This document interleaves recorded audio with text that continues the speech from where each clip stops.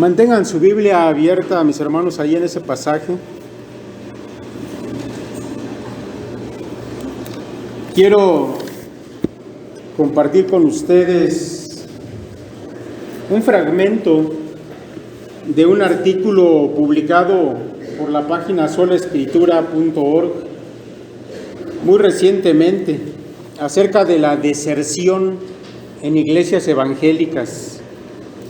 Dice así este artículo: un estudio sobre la asistencia a culto en Chile demostró que menos de la mitad de los pentecostales asistían a culto una vez por semana y una tercera parte no asistían casi nunca. El nominalismo no solo ha crecido grandemente en el seno de la iglesia pentecostal, encontramos tasas altas de nominalismo en otras denominaciones también. Nominalismo, mis hermanos, quiere decir que son cristianos de nombre solamente, pero no están comprometidos realmente con Dios. Sigue diciendo este artículo: en México se encuentran patrones similares, con menos de la mitad de los evangélicos activos en la iglesia, y grandes porcentajes nunca asisten. Existe más y más evidencia de que muchas personas no solo dejan de practicar su fe evangélica, sino que salen del todo del protestantismo. Bowen encontró que en Latinoamérica un 43% de aquellas personas que fueron criadas en iglesias protestantes ya no son protestantes como adultos. Y encontró que 68% de los que fueron bautizados en iglesias protestantes en México en los años 80, para el año de 1990 habían salido. Se estima que las mismas cifras se darían en otros países. Lo que estamos viendo es que mientras las personas siguen convirtiéndose, también desertan a la iglesia. Una respuesta típica podría ser: pues su conversión no fue genuina. Pero ¿cómo puede fallar tanto las iglesias evangélicas en apuntar conversiones que resultan ser falsas? ¿Dónde está la responsabilidad de la iglesia? ¿Dónde está el discernimiento de los líderes? Las excusas superficiales ya no convencen a estas alturas, ni ayudan. Los líderes evangélicos tienen que encarar sinceramente la situación que han creado. Es hora que nos hagamos las preguntas difíciles. Fin de este fragmento acerca de por qué en la iglesia evangélica hay tanta deserción. Bueno, mire, al final el artículo del que les acabo de leer una porción llega a dos conclusiones. Dos conclusiones, mis hermanos, que no son nuevas. Sin embargo, quiero que las escuche y después le voy a decir por qué no son nuevas. Dos conclusiones que da este artículo al final. Dice: ante el fenómeno de tanta deserción, la iglesia evangélica tiene que hacer un escrutinio de cerca de todo su programa. Quiero señalar solo dos puntos que considero importantes, dice el autor. Punto número 1, conversión sin arrepentimiento. La práctica predominante hoy entre las iglesias evangélicas es pedir una decisión por Cristo, pero este decisionismo superficial es el punto de arranque para todo el mal que estamos experimentando. Es muy claro en la Biblia que Jesús exigía un buen conocimiento de lo que el convertido estaba aceptando. ¿Se acuerdan de la aplicación de hace 15 días? Bueno, punto número 2, un evangelio sin Dios. Existen problemas con los métodos de evangelismo, pero hay un problema más grave aún, y ese es con respecto al contenido del mensaje predicado hoy. El evangelio se ha convertido más y más en un mensaje enfocado en el hombre. Se le dice a la gente que debe aceptar el llamado para ser feliz, o para ser próspero, o para solucionar sus problemas, o para sentir un propósito en la vida. Bueno, apenas hace 2 días estaba escuchando a un pastor bautista decir: ¿quién quiere pasar de la tristeza a la felicidad considera dejar entrar a Cristo en tu corazón y cosas así. Mis hermanos, estas cosas no son nuevas, porque Jesús mismo habló de ello hace 2000 años. Él dejó un conocimiento exacto de la manera de hacer discípulos. El problema, mis hermanos, es que la iglesia actual se ha desviado completamente de esas enseñanzas del Señor. Y lo que ahora producen la mayoría de las iglesias son discípulos falsos. Hace 15 días, como ya lo mencioné, hablamos precisamente de lo que Jesús demanda de quienes decidan seguirle. Y por cierto, mis hermanos, la gran mayoría de ustedes se puso de pie como muestra de aceptar esas condiciones. Y nosotros esperábamos que efectivamente eso se demostrara, pero debo decir que muchos, ni de broma siquiera, consideraron pararse por aquí en la noche a la cena del Señor. Yo me pregunto, mis hermanos, ¿cuántos de ustedes son parte de la estadística de cristianos nominales? ¿Y cuántos van a ser parte de la estadística de cristianos desertores en los próximos años? Mire, de verdad, nosotros no deseamos que esto sea así con ninguno de ustedes. Por esa razón, la predicación de hoy será un nuevo llamado de advertencia, porque hoy, mis hermanos, vamos a hablar de los falsos discípulos. Yo creo que ya vio en su boletín ahí el título de la serie del gozo del cristiano. Olvídese del título.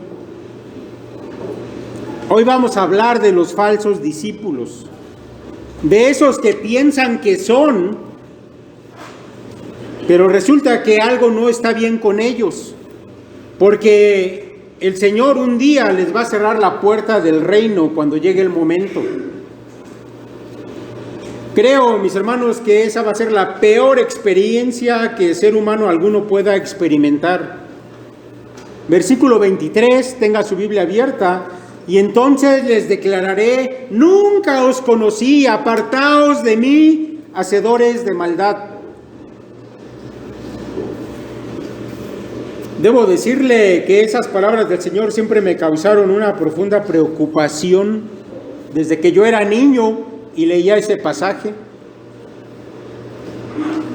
Y recuerdo que cuando mi hija tenía unos 4 o 5 años y las escuchó por primera vez en un canto, ella me dijo: papá, yo no quiero que el Señor me vaya a decir eso algún día. Y mis hermanos, son palabras tan claras que a un niño entiende de lo que se está hablando aquí. Pero son tan fuertes, tan terribles, que a todos debería sacudirnos cuando las escuchamos. Tal vez estés pensando que no es tu caso. Bueno, yo te pido que pongas atención, porque precisamente vamos a hablar de gente que pensaba que iba al cielo, pero que al final se quedó afuera. Este texto, mis hermanos, que acabamos de leer, es parte de ese gran final de lo que conocemos como el Sermón del Monte.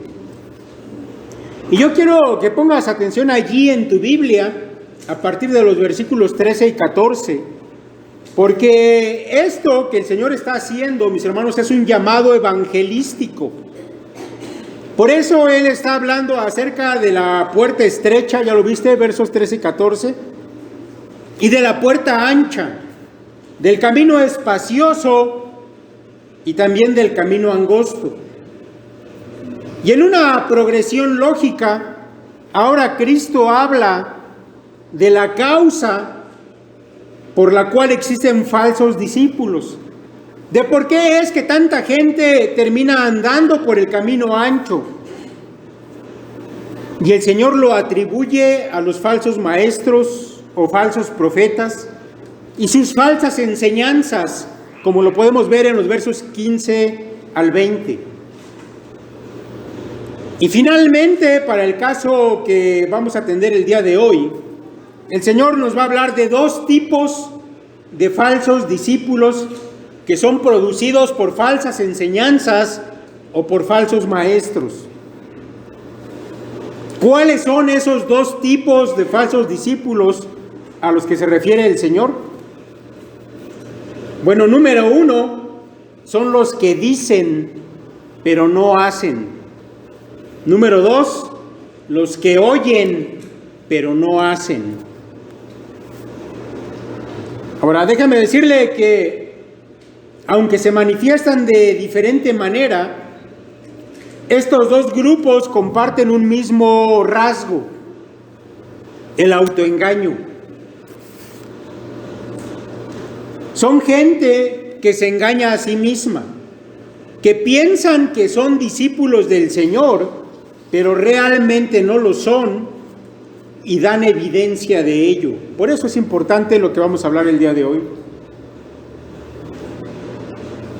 Piensan que son discípulos, pero realmente no lo son, y hay evidencia de ello. Vamos a centrarnos en los primeros, los que dicen, pero no hacen, y después veremos el segundo grupo. Mire, a estos primeros los encontramos en el versículo 21. No todo el que me dice, Señor, Señor, entrará en el reino de los cielos, sino el que hace la voluntad de mi Padre que está en los cielos. Mire, yo quiero comenzar por decirle que el Señor no estaba hablando de gente que desconocía la Escritura. No está hablando aquí de ateos. Él estaba hablando de gente profundamente religiosa, de hombres de su tiempo que conocían perfectamente la palabra de Dios. Así pues, mis hermanos, estas palabras las podemos aplicar a la gente de nuestros días, los que durante algún tiempo considerable han escuchado la palabra, se consideran a sí mismos como discípulos del Señor.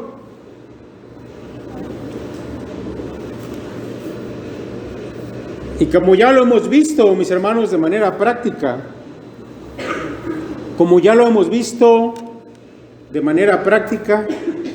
yo creo que la mayoría de ustedes se consideran así, discípulos del Señor. La mayoría de ustedes han decidido dar una muestra de que se consideran así. No lo pueden negar, se pusieron de pie hace 15 días. Ahora, mis hermanos, cuando vamos a las palabras del Señor, encontramos que este primer grupo mantiene una apariencia y que la proclaman incluso de manera verbal. Todos los que estamos aquí, o la gran mayoría, podemos aplicar esto que vamos a decir. Porque de los que está hablando el Señor son los que han dicho con su propia boca que son discípulos del Señor, como casi cada uno de los que están reunidos hoy aquí. No todo el que me dice, Señor, Señor. Ellos proclaman con su boca que Jesús es su Señor, y eso suena muy bien, muy piadoso. Pero como dice Pablo, tendrán apariencia de piedad, pero negarán la eficacia de ella. A esto se evita. Segunda de Timoteo 3:5. Y eso, mis hermanos, quiere decir que con su boca proclaman algo que después niegan con su manera de vivir. Mira, hace algunos días, una persona que alguna vez vino a esta iglesia declaró allá en su página de Facebook que era cristiana, que por supuesto mantenía principios bíblicos para su vida, y anoche mismo publicó fotos tomando cerveza con sus amigos. Tendrán apariencia de piedad, pero negarán la eficacia de ella. Dicen, pero no hacen. Abrir la boca para decir que Cristo es tu Señor no cuesta nada, ¿verdad? Pero vivir conforme a su voluntad, eso es otra cosa. El problema, sin embargo, no es solamente ser hipócrita. Eso de alguna manera es lo de menos. El problema más grande es que piensan que van camino al cielo, porque lo dicen. Dicen que Jesús es su Señor. Y quienes así hablan, se lo creen. Aunque sus actos les delatan de que realmente su camino es el camino del infierno. Porque, mi hermano, déjame decirte que en las cosas espirituales solo hay de dos: el camino ancho o el angosto. O eres salvo o estás perdido. No hay términos medios. O eres luz o eres tinieblas. ¿Recuerdas lo que el Señor dijo cuando habló a sus discípulos de ser la luz del mundo? Así alumbre vuestra luz delante de los hombres, para que vean vuestras buenas obras y glorifiquen a vuestro Padre que está en los cielos. Si eres luz, según la palabra del Señor, lo demuestras con tus obras, no con tus palabras.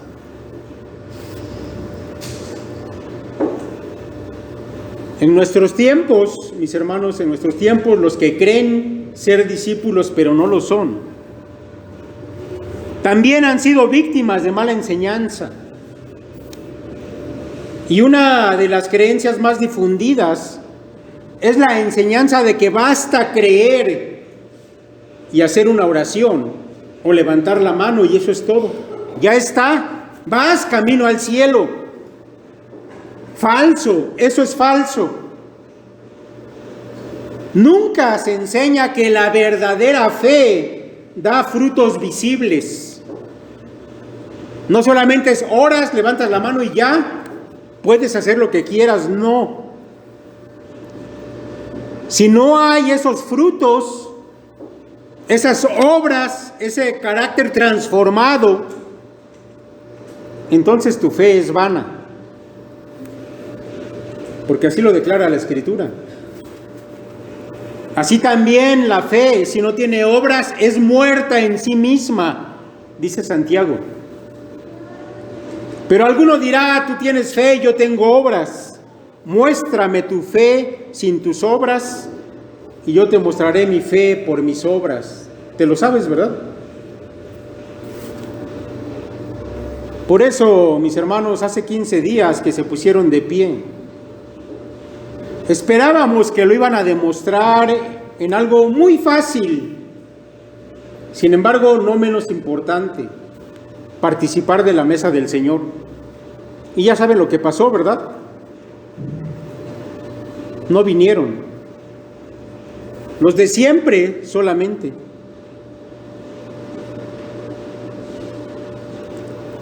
Ya sé que tienes tu excusa.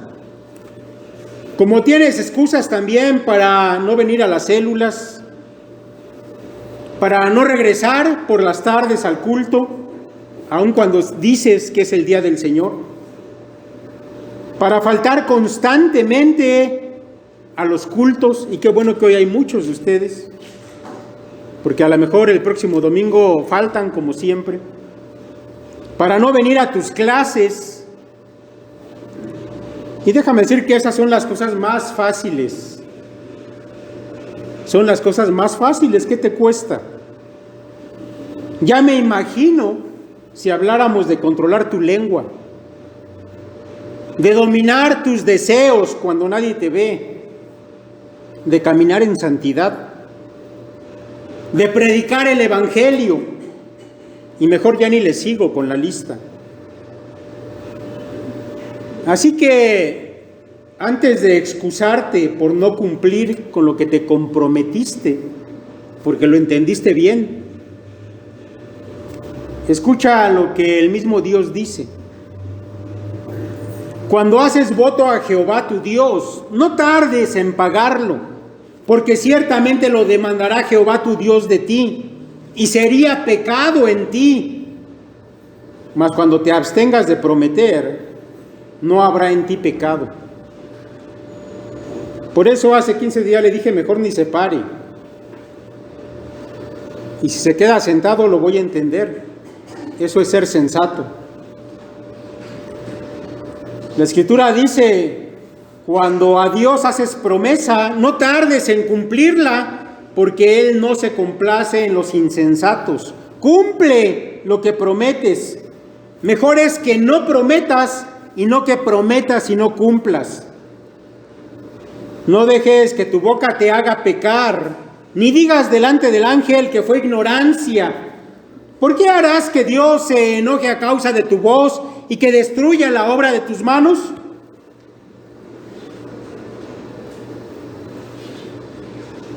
Bueno, ¿te parece que te estoy regañando, que esto es fuerte, te ofende?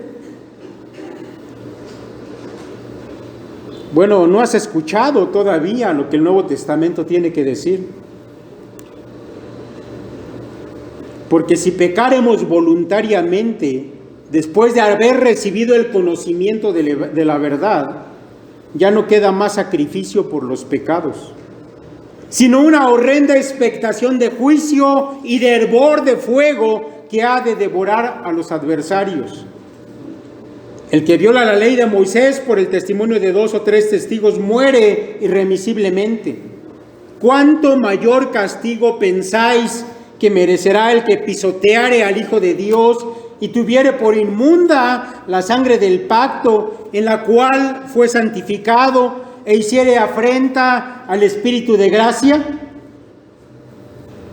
Bueno, mis hermanos, son palabras terribles, sin duda. No todo el que me dice Señor, Señor, entrará en el reino de los cielos, sino el que hace la voluntad de mi Padre que está en los cielos. Ten cuidado con lo que hablas y a lo que te comprometes. Mejor es que no prometas y no que prometas y no cumplas. Esos son los que hablan pero no hacen.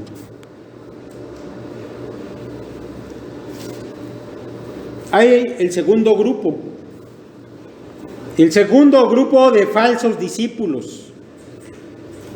Es aquel de los que oyen pero no hacen. La palabra oír en el griego se puede traducir tanto por escuchar como por entender. Toma eso en cuenta. Estos, los del segundo grupo, tienen un mayor conocimiento de la Escritura. Han leído más. No solamente la Biblia. Ellos también es probable que hayan estudiado teología. Saben de la historia de la iglesia. Son capaces incluso de debatir con otra gente, etcétera. Sin embargo, viven en una constante vida de pecado. Estos son gente que mantiene una doble vida. Por supuesto, por un lado, esa apariencia de saber, de conocer la Biblia, pero en lo oculto tienen una vida constante de pecado. Y no están pensando en arrepentirse. No piensan en pedirle perdón a Dios por esos pecados. ¿Sabe por qué? Porque disfrutan de vivir de esa manera. Aunque conocen la Escritura, no desean la norma de Dios en sus vidas. No hay frutos espirituales en ellos. Esos frutos que dan los verdaderos cristianos. Más bien, este grupo solamente está interesado en los beneficios que puedan obtener de su falsa vida cristiana. Por eso, aunque tienen algún conocimiento de la Biblia, sin embargo, no hay un crecimiento en su carácter cristiano. Y eso es evidente. Escuche usted lo que dice Pedro acerca de lo que es un verdadero discípulo y lo que se espera de él. Y se lo voy a leer de la versión NBI, que es mucho más entendible, porque no quiero que haya algo que quede dudoso. Dice 2 de Pedro 1, versículo 13 en adelante: su divino poder, al darnos el conocimiento de aquel que nos llamó para su propia gloria y potencia, nos ha concedido todas las cosas que necesitamos para vivir como Dios manda.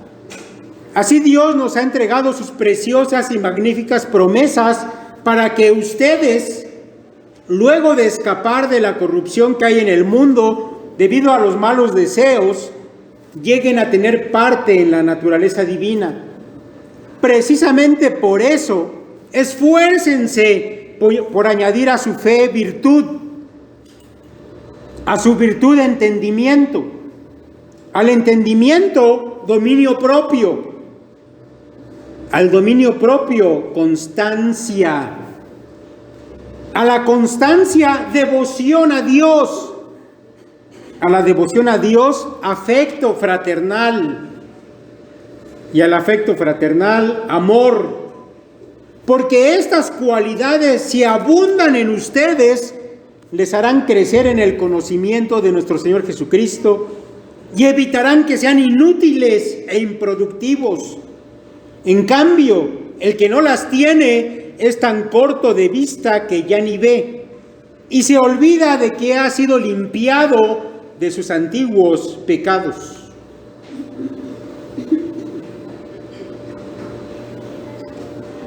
Así que, mi hermano, yo te pregunto, ¿te importa crecer espiritualmente? ¿Esa es una prioridad en tu vida? ¿O piensas que con saber mucho de la Biblia es suficiente? ¿Piensas que con saber mucho ese es un sustituto de ese crecimiento espiritual? Mira, es obvio, y la gente que pertenece a ese grupo lo sabe,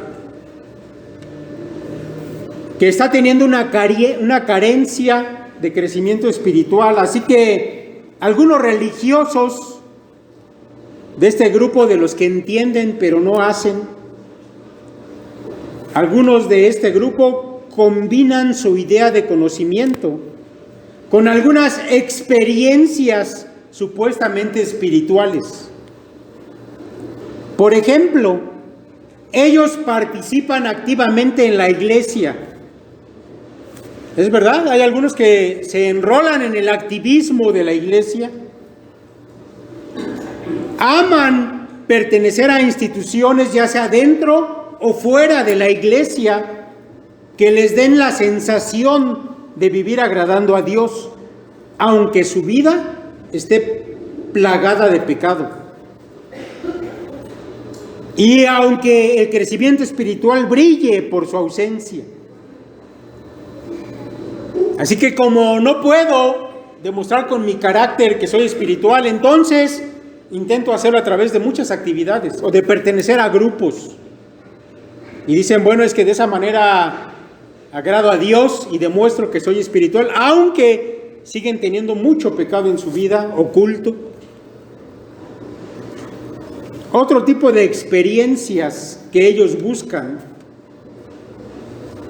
que ellos declaran, es que algunos dicen que han contemplado cosas sobrenaturales, por ejemplo, apariciones de ángeles, o que han tenido oportunidad de echar fuera demonios, o que han participado de sanidades divinas, ya sea que esas sanidades se hayan obrado en su persona o que a través de ellos se hayan obrado en otras personas, o que Dios les provee de bendiciones materiales. Pero por supuesto, mis hermanos, todo eso es una manera de tratar de equilibrar su falta de crecimiento espiritual con cosas que los harían parecer más santos, más espirituales, pero que en realidad no son ni una ni otra cosa. Por eso, mis hermanos, de manera exacta, el Señor que lo sabe todo dice: muchos me dirán en aquel día, Señor, Señor, ¿no profetizamos en tu nombre y en tu nombre echamos fuera demonios y en tu nombre hicimos muchos milagros? Y entonces les declararé: nunca os conocí, apartaos de mí, hacedores de maldad. Terribles palabras de nuestro Señor para aquellos que pensaban que eran, se autoengañaron pensando que eran, pero el día del juicio son descubiertas sus verdaderas obras.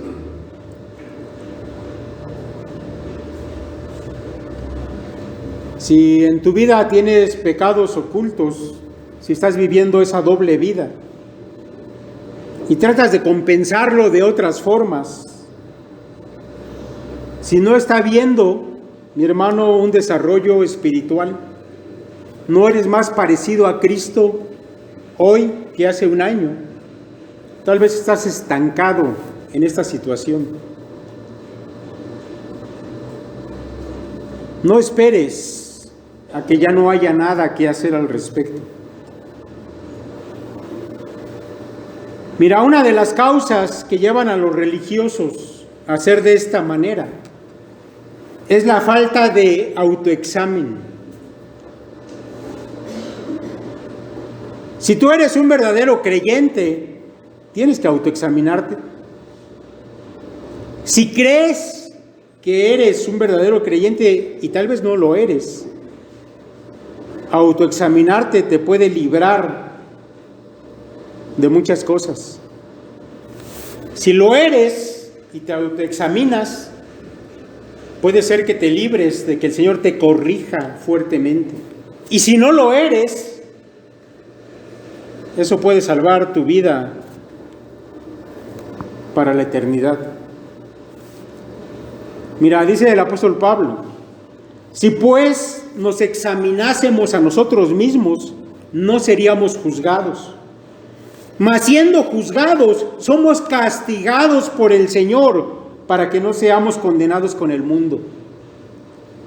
Si tú eres un verdadero discípulo, tienes que autoexaminarte. Y seguramente que si lo haces cada día, podrás pedirle perdón a Dios por tus pecados. Pero si no lo haces y simplemente vives tu vida y nunca te pones a cuentas con Dios, puede ser que llegue el tiempo en que el Señor te corrija para que no seas condenado con el mundo. Pero también está el otro caso del que estamos hablando. Si crees que eres un discípulo pero realmente no lo eres, el autoexamen te dará la oportunidad de arrepentirte y pedirle perdón a Dios. Escucha lo que dice también el apóstol Pablo, 2 Corintios 13. Examínense ustedes mismos y vean si permanecen en la fe. Pónganse a prueba a ustedes mismos. ¿O acaso ustedes mismos no se conocen? ¿Acaso no saben que Jesucristo está en ustedes? A menos que no hayas pasado la prueba. Si tú tienes a Cristo en tu vida, lo sabes, porque el Espíritu da testimonio de ello, pero si te examinas y no sientes que Cristo está en tu vida, tal vez no lo está. Así que entonces debes examinarte. ¿De qué manera? ¿De qué manera es este autoexamen? La manera, mis hermanos, es demostrar que no solo tienes fe, sino obras. Comienza por allí. No solamente digas que tienes fe, ¿tienes obras que demuestran que eres verdadero discípulo del Señor? Comienza por lo fácil. ¿Eres constante a los cultos? ¿Asistes a tu célula? ¿Participas de la mesa del Señor o la desprecias? ¿Cómo anda tu vida de santidad? ¿Ocultas pecados?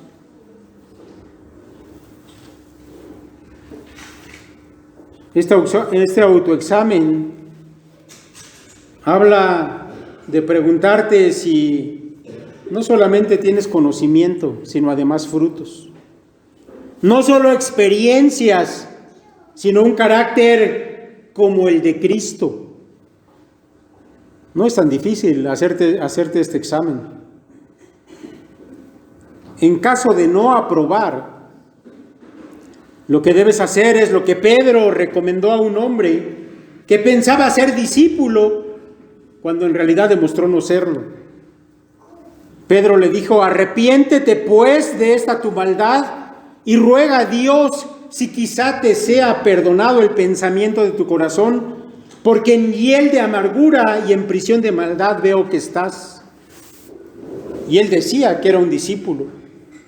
Seguía a uno de los evangelistas, se sentaba a sus pies y sin embargo sus obras no eran correctas delante de Dios. Arrepiéntete de tu maldad y ruega a Dios si quizá te sea perdonado el pensamiento de tu corazón.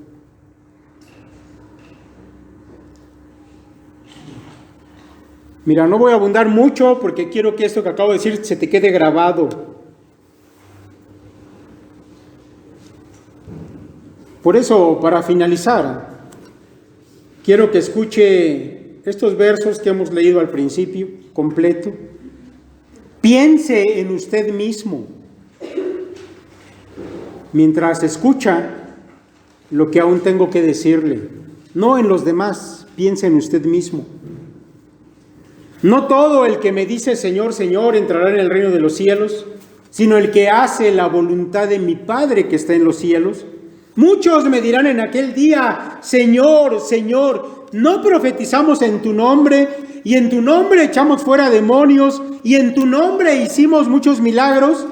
Y entonces les declararé: nunca os conocí, apartaos de mí, hacedores de maldad. Sigue pensando en ti.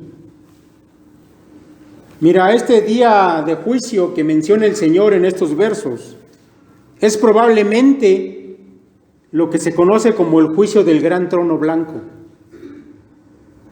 Este juicio sucede al final de todo. Para este momento la iglesia ya ha pasado por lo menos 1000 años en el cielo.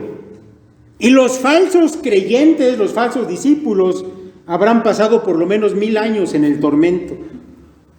Así que estos que aparecen aquí, en su vida conocieron de Cristo, fueron profundamente religiosos. Ellos aún creen que hablaron las profecías de Dios, que predicaron la palabra de Dios, que además hicieron milagros en el nombre del Señor. Ellos creen que lucharon en contra del diablo en el nombre de Cristo.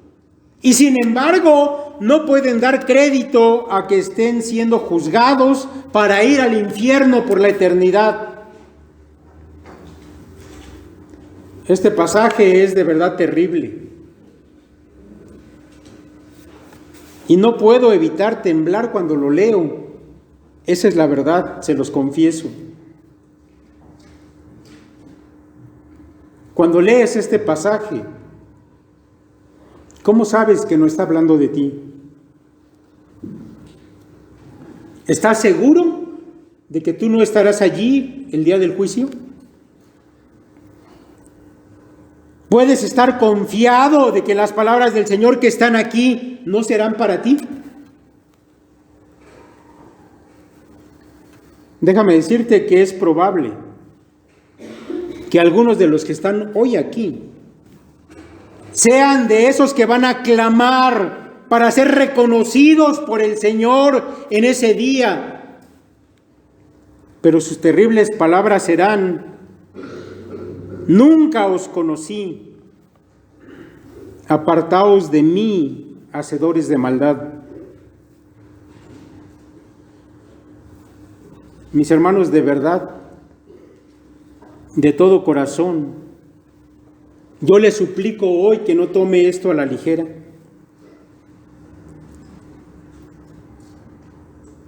Mis hermanos, yo les ruego que de todas las cosas que han escuchado, estas de hoy, las tomen con seriedad, porque de ello depende que usted no se encuentre allí cuando ese terrible día del juicio por fin llegue. Dios quiera que se pruebe a sí mismo y que haga lo necesario. No vaya a ser parte de la estadística de los que dicen que son, pero no son, y de los que el día de mañana ya no estarán aquí, pero sí estarán allá ese día. Vamos a orar. Padre, te damos muchas gracias, porque tu palabra, Señor, es clara, es contundente, Señor. Palabras terribles las que hemos escuchado, pero, Señor, pueden ser para el bienestar de nuestra alma sin duda. Yo te ruego, Señor, que toques nuestro corazón, que nos permita ser sinceros, no, Señor, para los demás, para nosotros y delante de ti. Gracias, Dios, porque yo sé que tu Espíritu, Señor, usa la palabra para el bienestar, Señor, de nuestros corazones, de nuestras almas. Permite, Señor, que esto sea así en cada uno de los que hemos escuchado, Señor, lo que tú tenías que decirnos el día de hoy. Y concede, Padre, que nuestros hermanos que hoy van a bautizarse sean fieles, constantes, que crezcan, Señor, cada día para ser más como tu Hijo Jesucristo, y que siempre, Señor, la evidencia de lo que son esté presente. Los encomendamos en tus manos, como encomendamos también a toda esta iglesia. En el nombre de Cristo Jesús. Amén.